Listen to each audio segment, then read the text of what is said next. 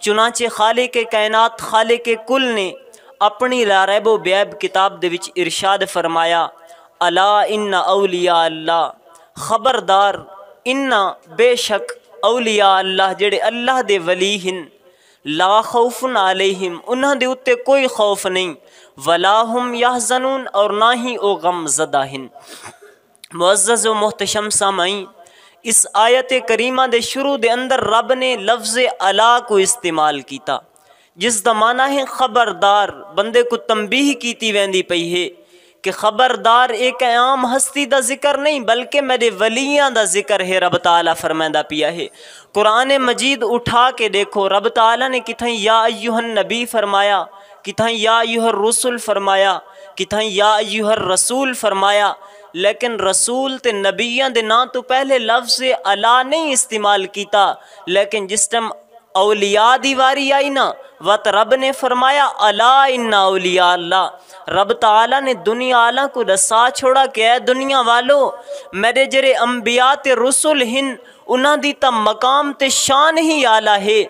خبردار جڑے میرے ولی ہن متا تسا انہاں کو عام سمجھ باؤ، میں رب ہو کے تھوا کو تنبیہ کریں دا پیا ہاں، جس ٹائم انہاں دا ذکر آونیے توت زبان کو ماتحت الفاظ دے نال کھولنا ہے۔ اور حدیث قدسی ہے، میرا رب فرمائندہ ہے من آدلی ولین فقد آذنتہ بالحرب، میرا رب فرمائندہ ہے جڑا بندہ میرے ولیاں دے نال، میرے دوستاں دے نال عداوت رکھدا ہے، بغض رکھدا ہے، تو میں رب تعالیٰ اس دے نال اعلان جنگ کریندا ہاں۔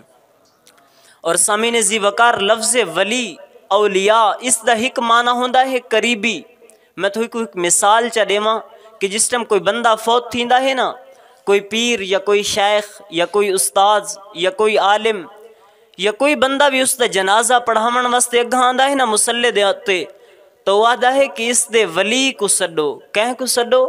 اس دے ولی کو سڈو، یعنی اس دے قریبی رشتہ دار کو سڈو جڑا اس دے قریبی ہوئے۔ اس واسطے جڑا لفظ اولیاء رب نے قرآن مجید دے وچ استعمال کیتا ہے، اس دا بھی مفسرین کرام نے فرمایا کہ ایک معنی قریبی ہے، یعنی اے جڑے بندے ہوندے ہن نا اے رب دے بہت زیادہ قریب ہوندے ہن، اور جڑا رب دے قریب ہوئے تو اس کو کیویں خوف ہو سکدا ہے؟ بندہ خود سوچے نا، اج اگر سدا کہیں کامل پیر دے ہاتھ دے وچ ہاتھ آ ونجے تا اساں آکھدے ہیں ساکو کیڑا خوف ہے ہن، ساڈا تا فلاں کامل پیر ہے، اور جڑے بندے رب دے قریب تھی ونجن وت انہاں کو کیویں خوف تھی سکدا ہے؟ میں صرف ہکا حدیث مبارکہ بیان کر کے ایک صحابی دا قول ہے، اور صحابی دے قول کو بھی حدیث آکھ سکتے ہیں۔ ایک حضرت عبداللہ ابن مبارک رضی اللہ تعالی عنہ ایک دی راستے دے تو گزر دے پہن، ایک چھوٹا بچہ بیٹھا ہی، وہ بچہ کدیں ہی ریت دا کوٹھا بنائندا ہی وت اس کو ڈھا چھوڑیندا ہی، کدیں ہی ہسدا ہی تے کدیں ہی روندا ہی۔ حضرت عبداللہ ابن مبارک اس دے نالو ٹپے نا تے آپ نے سوچا کہ چلو اس کو سلام کراں چا، وت آپ نے سوچا کہ یہ تو بچہ ہے اس کو کہاں سلام کرنا، آپ گزر گئے سلام نہیں کیتا۔ تھوڑے جتنے اگاں گئے تو حضور دا ایک فرمان یاد آ گیا کہ مدنی کریم نے تو ارشاد فرمایا ہی کہ بچوں کو بھی سلام کرو۔ وہ بھی حضرت عبداللہ ابن مبارک ہن کوئی عام شخصیت تنائی نا،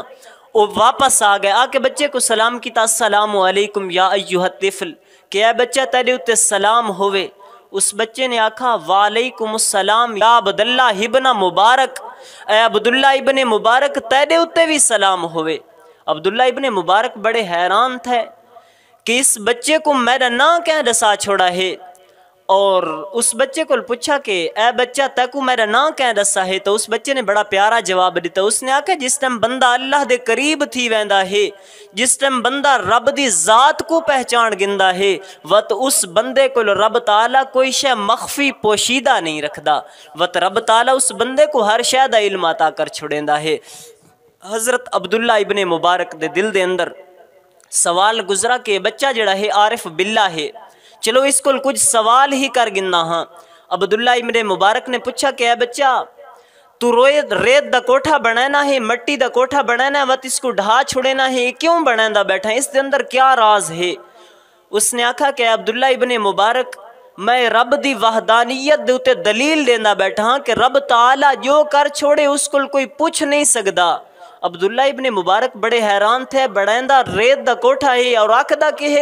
کہ میں رب دے وحدہ لا شریک ہون دے اتے دلیل لیندا ہاں۔ عبداللہ ابن مبارک نے پوچھا کہ کیویں گل کریندا ہے تو؟ اس نے آکھا کہ عبداللہ ابن مبارک یہ کوٹھا میں بنانا ہاں اور میں اس کو اپنی مرضی دے نال ڈھا چھڑنا ہاں، کوئی میرے کل پوچھ سکدا ہے؟ عبداللہ ابن مبارک نے آکھا نہیں، ہرگز کوئی نہیں پوچھ سکدا، کیوں جو بنا لئی تائیں تے وٹ ڈھا ہی تائیں چھوڑا ہے۔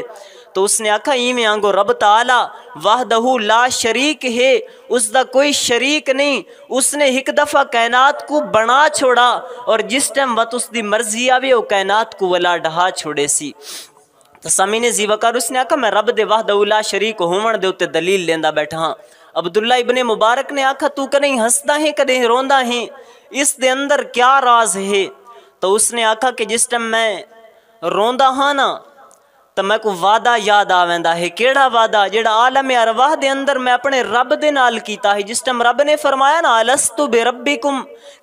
کیا میں تھوڑا رب نا؟ تو ساریاں روحاں نے جواب دیتا قالو بلا، کیوں نہیں تو ہی سارا رب ہیں۔ تو میری روح نے بھی جواب دیتا ہے کہ یا باری تعالیٰ تو ہی میرا رب ہیں، لیکن ہن دنیا دے وچ آ کے میں غافل تھی گیا ہاں اور رب دے احکام دے اتے پورا نہ اتر سکدا، اس وجہ تو میں روندا بیٹھا ہاں۔ اور وقت پوچھا کہ تو ہسدا کیوں ہیں؟ اس بچے نے آکھا کہ جس ٹائم میں کو یاد آندا ہے نا کہ میں حضور دا امتی ہاں، کہ حضور ساری خاطر اتنے روئے کہ سکو قیامت دن رومن دی ضرورت نہ پوسی، وقت میں کو ہسنا آویندا ہے۔ اور حضور امت دے غم دے وچ کتنے روئے؟ معراج دی شب جس ٹائم حضور علیہ السلام دے واسطے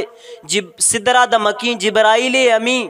70,000 فرشتاں دے جھرمٹ دے وچ جنت دے وچ براق گھن کے سواری گھن کے مدنی کریم دی بارگاہ دے اندر آیا نا، حضور دے سامنے پیش کیتی یا رسول اللہ یا حبیب اللہ، میدہ تے تھوڑا رب تھوا کو عرشان دے اتے سڈیندا پیا ہے۔